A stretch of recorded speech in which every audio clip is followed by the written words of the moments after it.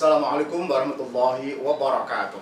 Alhamdulillah wassalatu wassalamu ala Rasulillah wa ala alihi wa sahbihi wa mawala. Allahumma salli ala Sayyidina Muhammad wa ala ali Sayyidina Muhammad. Pemirsa, alhamdulillah kita bisa bertemu dengan bulan puasa, bulan istimewa yang ditunggu umat manusia dan muslim khususnya. Karena di bulan ini berlimpah nikmat dan berkah serta ampunan Allah Subhanahu wa Ta'ala. Sayangnya puasa kali ini suasana sangat berbeda.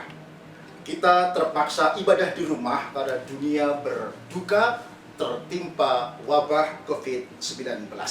Pilihannya hanya dua: meratapi, memaki keadaan, atau mensyukuri dan menikmati dengan penuh keyakinan bahwa selalu ada kebaikan Tuhan di balik semua ini.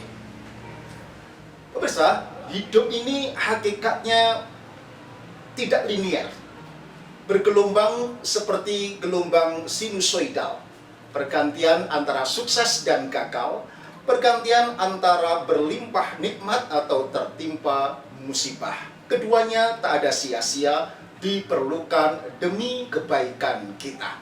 Saat di atas, kita sering mendapatkan sesuatu, itu baik bagi kita. Ketika di bawah, kita sering kehilangan sesuatu, dan itu mestinya kita belajar sesuatu. Kalau sampai kita kehilangan sesuatu tetapi tak pernah belajar, orang Surabaya bilang ciloko pencit. If you lose something, don't lose the lesson.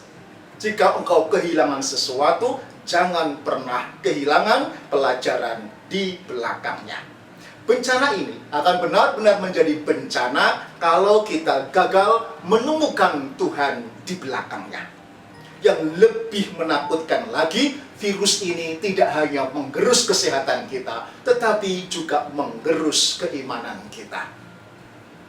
Pemirsa, bencana ini sebetulnya tanda-tanda kebesaran Allah yang biasa. Musibah itu hal biasa, bahkan sebuah keniscayaan. Jangan kagetan, jangan panikan atau baperan. Karena dalam surat Al-Baqarah Allah menegaskan, "Walanabluwannakum bisyai'in minal khaufi wal ju' wa naqsim minal amwali wal anfusi wat thamarat wa basyiris sabirin." Narasinya tegas, sungguh pasti kalian akan diuji oleh Allah dengan ketakutan, kelaparan, kekurangan harta, penghasilan, dan kematian. Tetapi berilah berita gembira bagi orang-orang yang sabar. Artinya yang cerdas spiritual memaknai musibah atau wabah ini. Allah berpesan, musibah ini sebetulnya teguran, panggilan Allah agar kita segera kembali kepada tatanan ilahi. Sebuah surah dalam Ar-Rum ayat 41. Dhahara al-fasadu fil barri wal bahri bima kasabat aydin nas liyudhiqahum ba'dalladzi 'amilu la'allahum yarji'un. Telah tampak kerusakan di daratan dan di lautan oleh karena ulah tangan-tangan manusia, agar Allah merasakan kepada mereka sebagian. Ingat, baru sebagian, belum semuanya. Agar mereka segera, sebagian akibat ulah tangan mereka, agar mereka segera kembali kepada Allah Subhanahu wa Ta'ala. Lalu ada yang menyimpulkan bahwa musibah ini rahmat Allah yang terbungkus ketidakenakan. Bukalah bungkusnya agar kelihatan pesan moralnya. Pertanyaannya, mengapa harus terbungkus ketidakenakan?